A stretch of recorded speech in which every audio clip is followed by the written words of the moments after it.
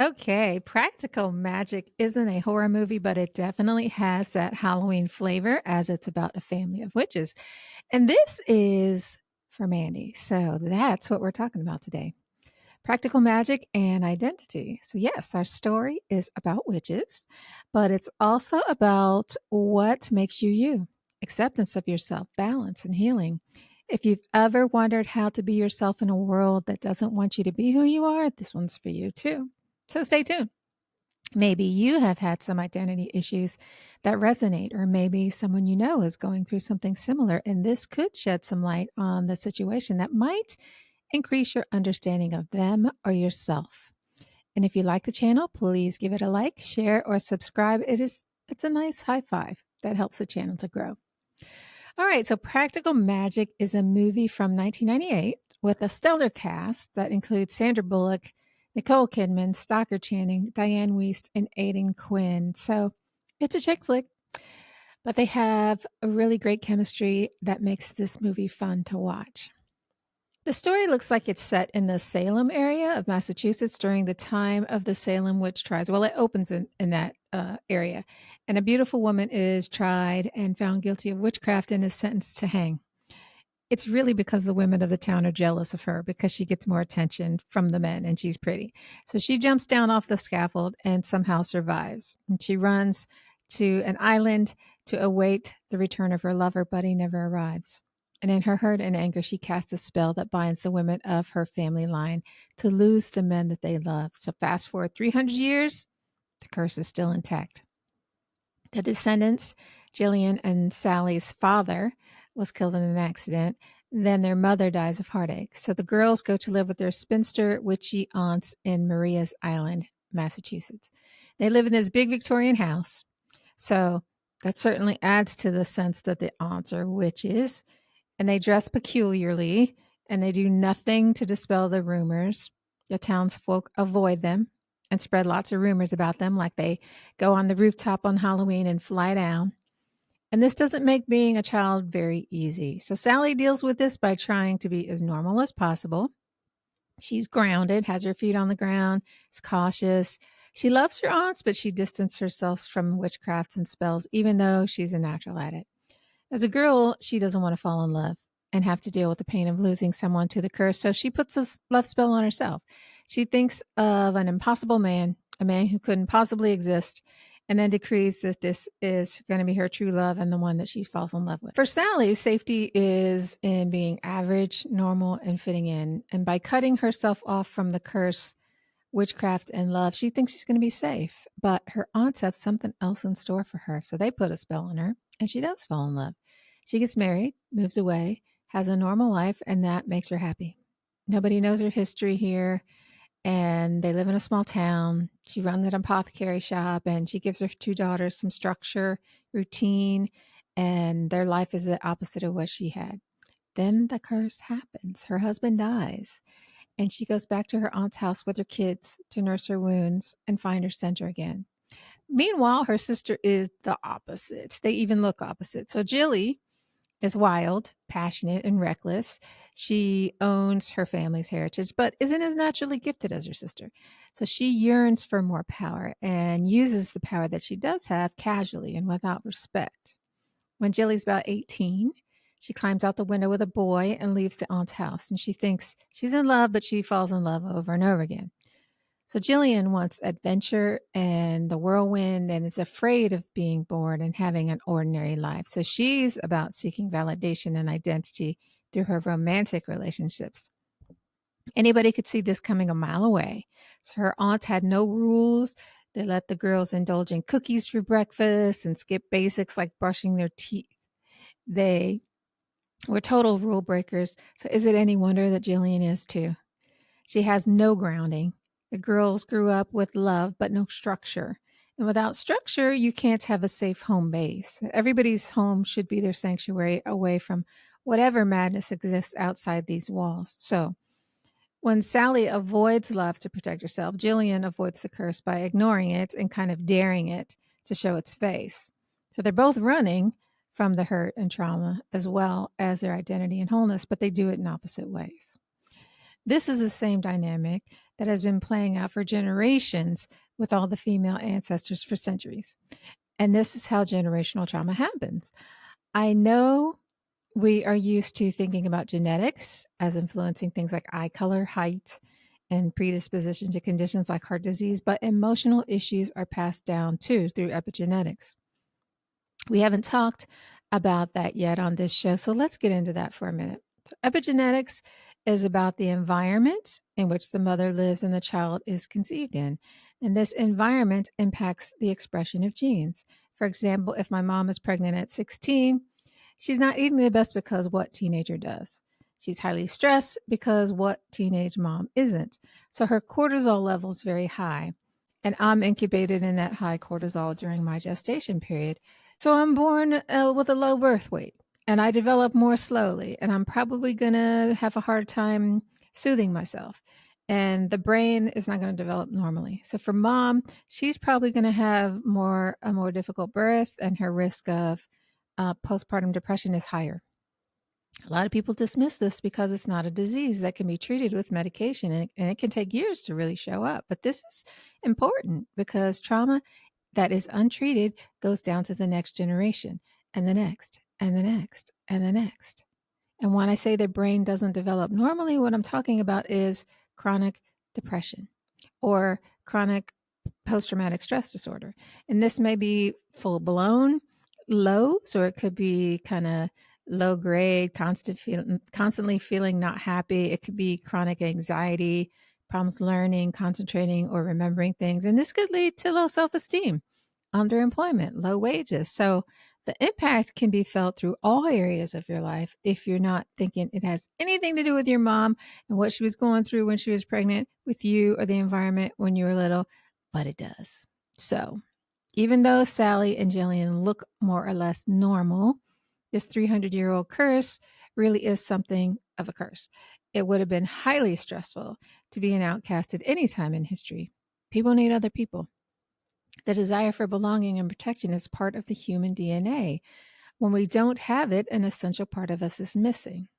Sally is rejecting her family by hiding her magic, emotions, and desires in order to survive. And Jillian rejects her family by overindulging in passion and recklessness to avoid stillness, feeling, and self reflection. Both are avoiding wholeness. And this is actually a normal situation in American culture and probably Western culture because we're so pressured to conform. We get messages from our parents, church, and society that tell us what's okay to feel, to do, to think. And if we are outside of those lines, we're wrong, bad, or deviant. And we have to find a way to reconcile that. So, are we going to be ourselves and be apart from the mainstream society? Or are we going to be who society tells us that we are and be divorced from ourselves? It's a lose lose proposition. Either I lose myself or I lose my sense of belonging. Some people push this choice away by doing what Jillian did. She left her family and found her identity in the guy that she was with. Some people hide in drugs. Some use work, alcohol, achievement, food, working out, or video games. They're endless distractions from living authentically and holistically. Some people ignore the choice by trying to blend in, like Sally. They find a routine and move through the days in a stair step, predictable way, hitting all the milestones and calling it a quote unquote good life. Sally said she was happy. And I think people can make a happy life in this way. There's nothing wrong with her life at all. But when she fell in love with the guy of her dreams, she realized that it could be more. What made it more was that she was showing up with all her authenticity. And one of the things I always say is if you aren't showing up, how can anyone ever be in a relationship with anything or anyone? If you always see me wearing a happy homemaker mask, you don't know the daredevil, sad part, or the courageous part because we've never met her.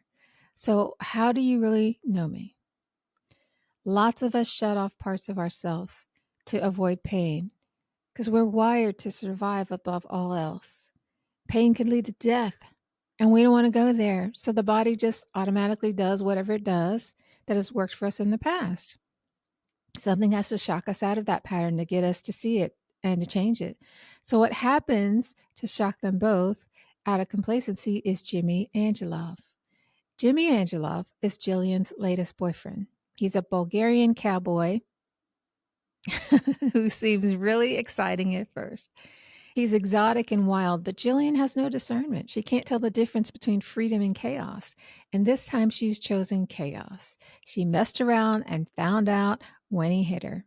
So she called her sister because who else is she going to call?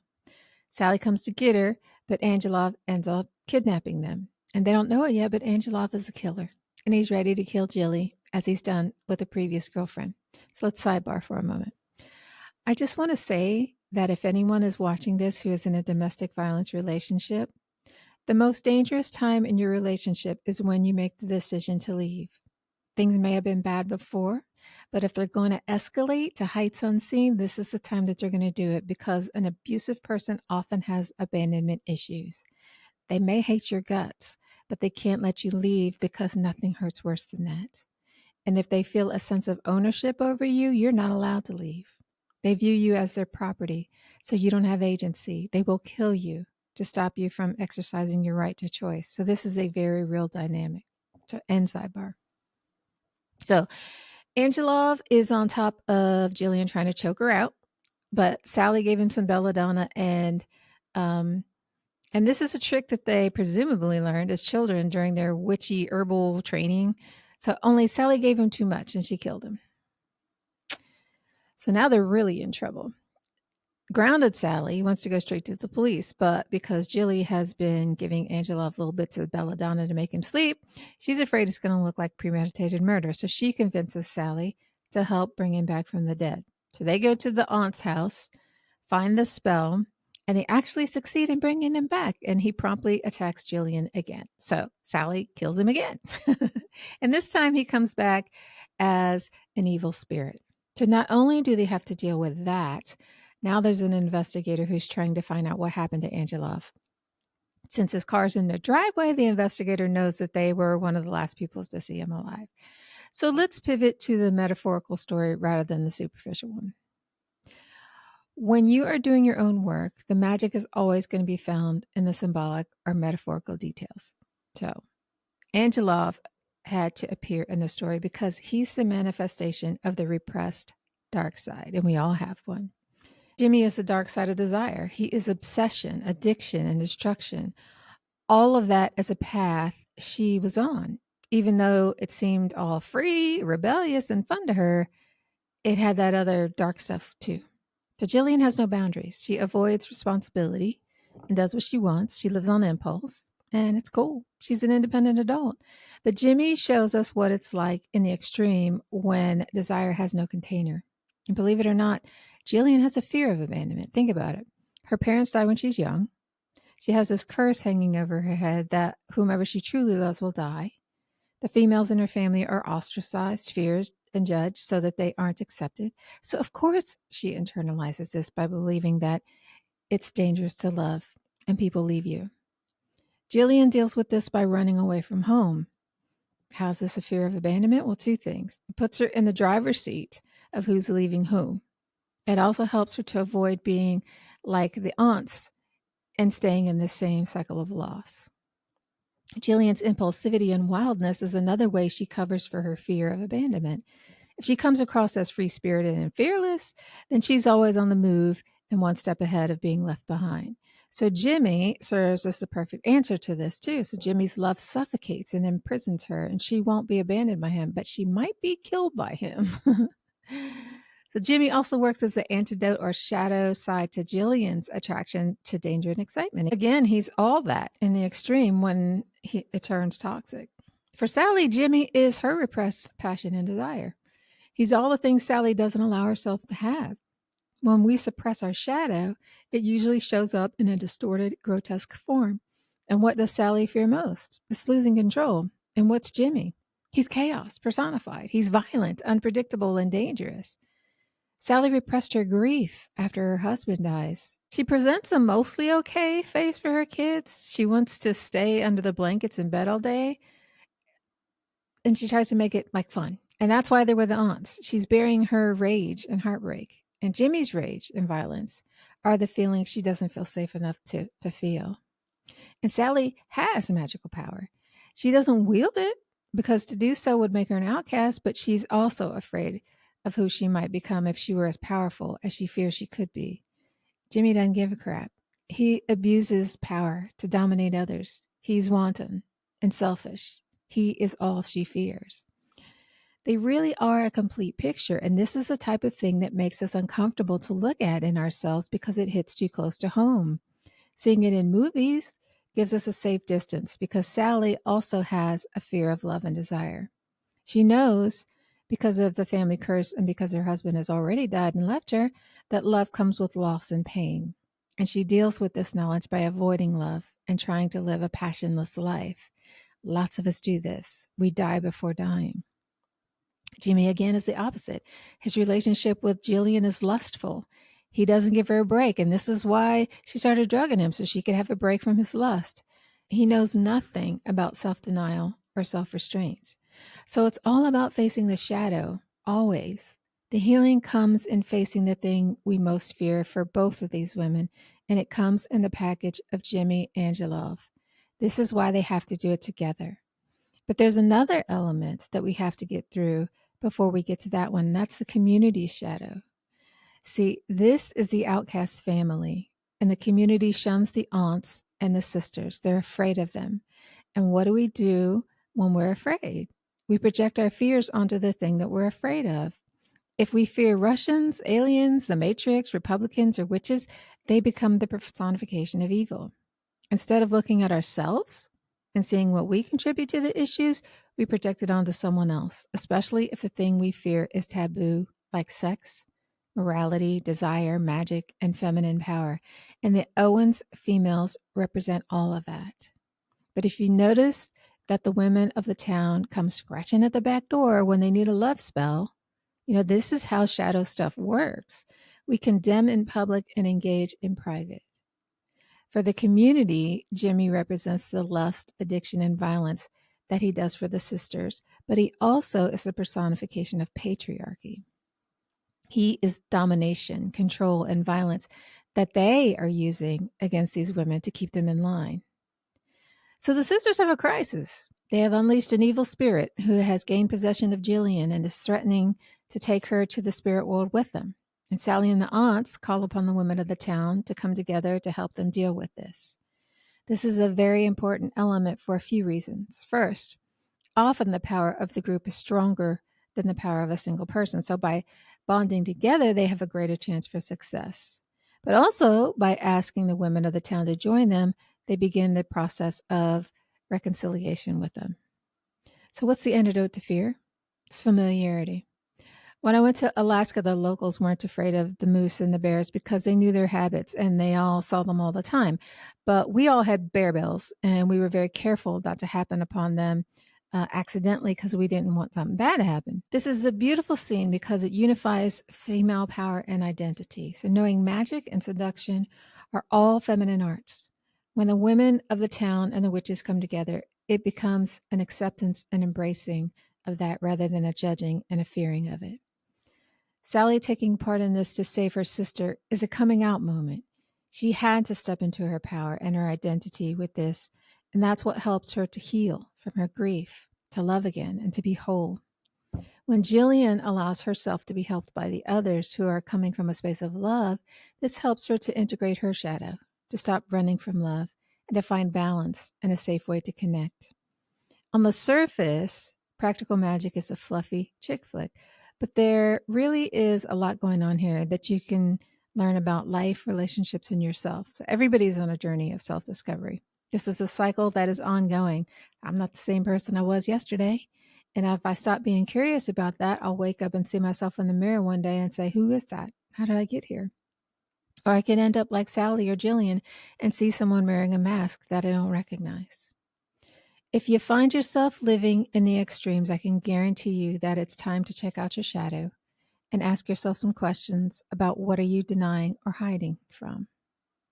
To be yourself, you have to face your fears and darkness. We all have it. It doesn't make us bad, it makes us whole.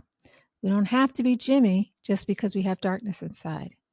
It could lead to awareness of something like, this is who I could be if I'm not mindful and wise. So just let it be that. Because the sisters didn't become saints as a result of their experience, they became whole. Death didn't go away because they integrated their shadow, but their relationship with it changed. The desire to be safe didn't change, but the way they related to that and expressed it probably did. It did with Sally because she was open to having a relationship with the detective after it was over. So, what does this mean to you to accept yourself fully? What might you gain by doing that? What are you hiding, like Sally? Where are you lacking boundaries, like Jillian? What does wholeness look like for you? Shadow work is not for the weak.